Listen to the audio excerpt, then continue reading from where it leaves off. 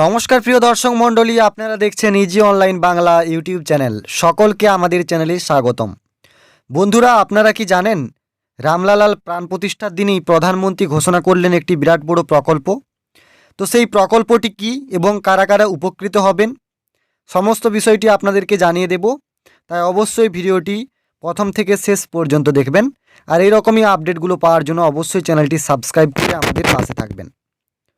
বন্ধুরা, দেখতেই পাচ্ছেন এখানে একটি আর্টিকেলে বলা হয়েছে 1 কোটি বাড়ির ছাদে সোলার প্যানেল বসানোর লক্ষ্য সরকারের। তো কি বলা হয়েছে, রামলালার প্রাণ প্রতিষ্ঠার দিনই দেশের 1 কোটি বাড়ির ছাদে সৌরবিদ্যুতের ব্যবস্থা করার বার্তা দিলেন প্রধানমন্ত্রী নরেন্দ্র মোদী। তিনি জানিয়েছেন সরকারের এই লক্ষ্য রাখা হয়েছে প্রধানমন্ত্রী সূর্যোদয় যোজনার মাধ্যমে। এর ফলে বাড়ির ছাদে সৌরবিদ্যুতের প্যানেল বসানো হবে, যার হাত ধরে শুধু গরিব এবং মধ্যবিত্তের বিদ্যুতের খরচ কমবে তা নয়, বিকল্প বিদ্যুতের ক্ষেত্রে আত্মনির্ভর হয়ে উঠবে এই দেশ। এই উপলক্ষে তার বার্তা, সূর্যবংশী শ্রীরামের আলোয় সমস্ত ভক্তকুল আলো পান। আর অযোধ্যার এমন শুভ দিনে আমি চাই দেশের মানুষের বাড়ির ছাদে সৌরবিদ্যুৎ পৌঁছে যাক। প্রসঙ্গত, এদিন প্রধানমন্ত্রী রামলালার প্রাণ প্রতিষ্ঠা উপলক্ষে অনুষ্ঠানে রামকে শক্তির সঙ্গে তুলনা করেন। সেই শুভ দিনেই দেশবাসীকে সৌরবিদ্যুতের আলো দেখাতে চান বলেও বার্তা দেন প্রধানমন্ত্রী। দেশে দূষণ কমাতে এবং জ্বালানি আমদানির খরচ হ্রাসের জন্য দীর্ঘদিন ধরে এই বিকল্প বিদ্যুতের দিকে নজরে জোর দিচ্ছে মোদী সরকার। বিকল্প বিদ্যুতের মধ্যে রয়েছে সৌর এবং বায়ু বিদ্যুৎও।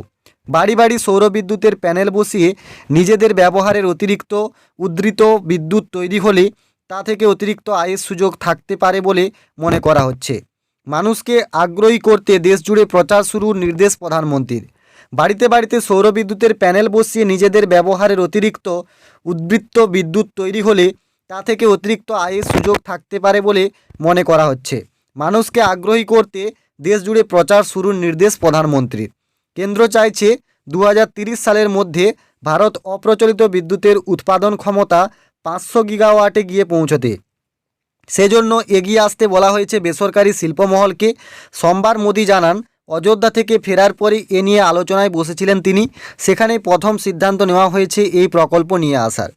তো বন্ধুরা, এই প্রকল্প যদি নিয়ে আসা হয় তাহলে আপনাদের কেমন লাগবে অবশ্যই কিন্তু কমেন্ট করে জানাবেন। পাশাপাশি জানাবেন যে এটা আপনাদের ফ্রিতে দিলে ভালো হবে না তার জন্য সরকারের কোনো চার্জ যদি বসানো হয় সেক্ষেত্রে কতটা কার্যকরী হবে অবশ্যই কিন্তু কমেন্ট করে জানাবেন।